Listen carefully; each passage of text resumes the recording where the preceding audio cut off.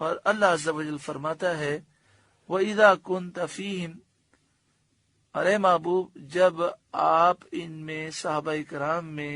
تشریف فرما ہوں، فَأَقَمْتَ لَهُمُ الصَّلَاةَ، پھر نماز میں ان کی آپ امامت کریں، فَلْتَقُمْ طَائِفَةٌ مِّنْهُمْ مَعَكَ، تو چاہیے کہ ان میں ایک گروہ آپ کے ساتھ ہو، یعنی جتنے صحابہ آپ کے پیچھے نماز پڑھ رہے ہیں ان کو دو جماعتوں میں تقسیم کر دیا جائے، ایک ان میں سے آپ کے ساتھ رہے، آپ انہیں نماز پڑھائیں، اور ایک جماعت دشمن کے مقابلے میں کھڑی رہے اور وہ نگرانی کرے تاکہ دشمن حملہ نہ کر سکیں۔ وَلْيَأْخُذُوا أَسْلِحَتَهُمْ، اور وہ اپنے ہتھیار لیے رہیں، یعنی جو لوگ دشمن کے مقابلے میں ہوں وہ ہتھیار لے کر دشمن کے سامنے کھڑے رہیں۔ اور حضرت عبداللہ بن عباس رضی اللہ تعالی عنہما سے مروی ہے کہ اگر جماعت کے نمازی مراد ہوں تو وہ لوگ ایسے ہتھیار لگائے رہیں جن سے نماز کو کوئی خلل نہ ہو، یعنی تلوار، خنجر وغیرہ۔ بعض مفسرین کا قول ہے کہ ہتھیار ساتھ رکھنے کا حکم دونوں فریقوں کے لیے ہے اور یہ احتیاط کے قریب ہے، یعنی جو دشمن کے مقابلے میں کھڑے ہیں وہ بھی ہتھیار لے کر کھڑے رہیں، اور جو نماز پڑھ رہے ہیں وہ اپنے ہتھیار قریب رکھیں، اور جن ہتھیار کو جسم پر سجا سکتے ہیں وہ جسم پر لگا کر نماز ادا کریں، کیونکہ میدان جنگ میں ہے اور کبھی بھی حملہ ہو سکتا ہے، تو اس لیے ہتھیار اپنے ساتھ رکھیں۔ فَإِذَا سَجَدُوا، پھر جب وہ سجدہ کر لیں،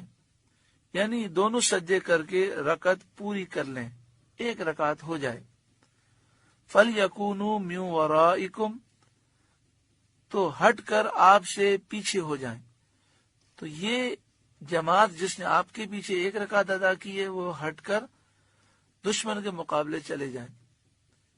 وَلْتَأْتِ طَائِفَةٌ أُخْرَى، اور اب دوسری جماعت آئے، لم یصلوا، جو اس وقت تک نماز میں شریک نہ تھی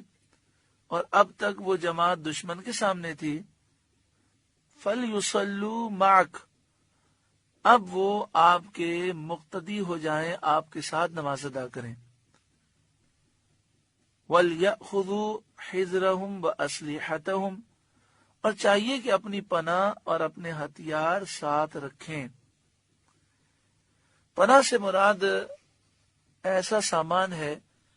جن سے دشمن کے حملے سے بچا جا سکے، ان کا ساتھ رکھنا بہرحال واجب ہے، یعنی زرہ، لوہے کی جیکٹ، لوہے کی ٹوپی وغیرہ، وہ چیزیں کہ دشمن اگر اچانک حملہ کر دے تو ان کی حفاظت ہو سکے، یہ رکھنا واجب ہے، اور ہتھیار ساتھ رکھنا مستحب ہے۔ نماز خوف کا مختصر طریقہ یہ ہے کہ پہلی جماعت امام کے ساتھ ایک رکعت پوری کر کے دشمن کے مقابل جائے، اور دوسری جماعت جو دشمن کے مقابلے میں کھڑی تھی وہ آ کر امام کے ساتھ دوسری رکعت پڑھے، پھر امام دوسری رکعت کے بعد سلام پھیر دے، اور پہلی جماعت آ کر دوسری رکعت کو ادا کرے بغیر قرات کے، اور وہ سلام پھیر دے اور دشمن کے مقابل چلی جائے، پھر دوسری جماعت اپنی جگہ آ کر ایک رکعت جو باقی رہی تھی اس کو قرات کے ساتھ پورا کر کے سلام پھیرے، کیونکہ یہ لوگ مسبوق ہیں اور پہلی لاحق۔ اس کو ہم پھر سمجھتے ہیں کہ صحابہ کرام علیہم رضوان کو یہ حکم ہوا کہ دو جماعتیں بنائی جائیں، ایک جماعت سرکار دو عالم صلی اللہ علیہ وآلہ وسلم کے پیچھے کھڑی رہی اور اس نے نبی اکرم صلی اللہ علیہ وآلہ وسلم کے پیچھے ایک رکعت ادا کی، اور دوسری جماعت کو یہ حکم دیا گیا کہ دشمن کے مقابلے میں کھڑی رہے۔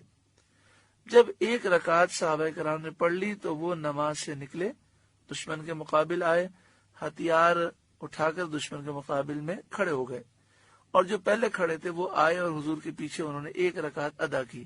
سرکار دو عالم صلی اللہ علیہ وآلہ وسلم نے جب سلام پھیر دیا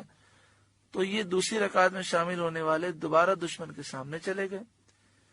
اور وہ پہلی جو جماعت تھی جس نے ایک رکعت ادا کی تھی پہلی رکعت ادا کی تھی وہ آئے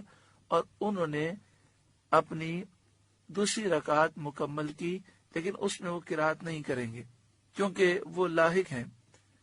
پھر وہ سلام پھیر دیں گے، پھر دشمن کے مقابل چلے جائیں گے۔ پھر جو دوسری رکعت ادا کرنے والے ہیں وہ اپنی ایک رکعت پوری کریں گے،